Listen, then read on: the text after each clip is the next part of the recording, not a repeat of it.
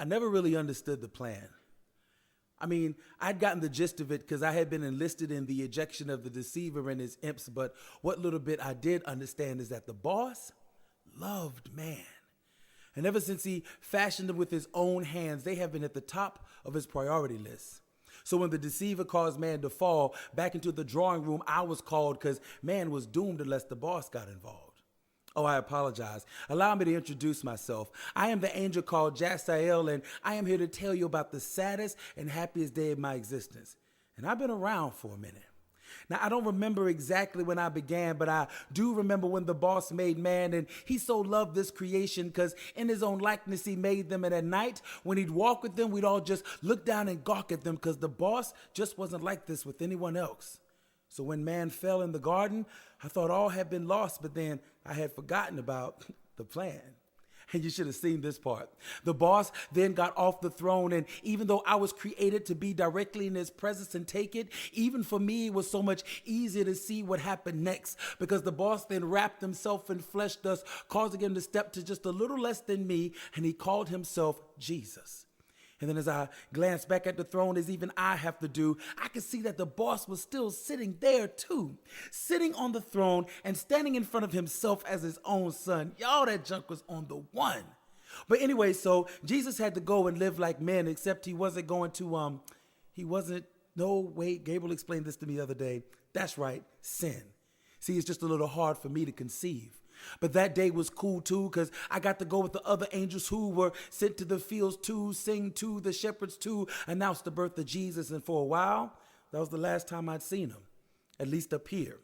Because for the next 33 and a half of your years, the boss dwelt as a man in your land, and it was all a part of the plan. And I was cool with it. Till I had to step away for a minute. See, I had to take care of some business in the seventh heaven, me and this other angel named Kevin. And when I finished and came back, I looked down at the earth and there was a cross on the boss's back. And then I looked back at the throne to watch the boss seeing all of this happen to his son. So immediately I drew my sword in hand and waited for the command. But the part I couldn't understand is that he knows we got his back. So why is he taking all of that? I only know it's him because he's the only one with no sin and filled with such love. But look at the way they're beating him and look at all that blood.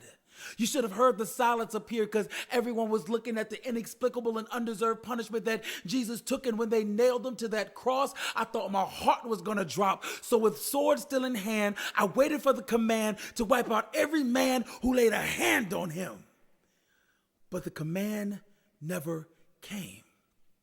And under all that blood and broken skin, I saw a stain. Is that Are those sins? No, wait. Why so many? Those aren't his. No, he didn't do any of that, and those haven't even been committed yet.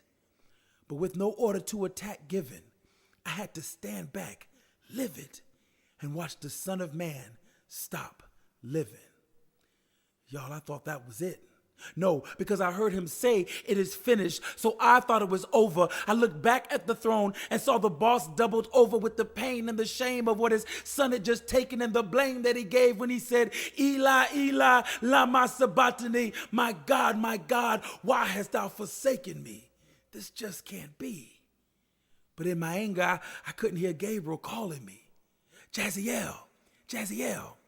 So then he came to me and explained to me the next duty I was assigned, and I was amazed when he said in 3 days from the dead Jesus would rise. So I anxiously waited the 3 days, and not since the day he was born had I been so excited as when I rolled away that stone, and he walked out and looked at me and winked and showed me where he was healed, except for where they pierced him in his side and the holes in his hands and feet. And in his hands were 3 keys, and I laughed as I thought of the price that he paid and the lives that he bought. I laughed at the deceiver because new believers would be born, and how the plan was now so plain and so perfectly formed and so well he performed. So from hell you'd be saved, and today we celebrate his escape from the grave.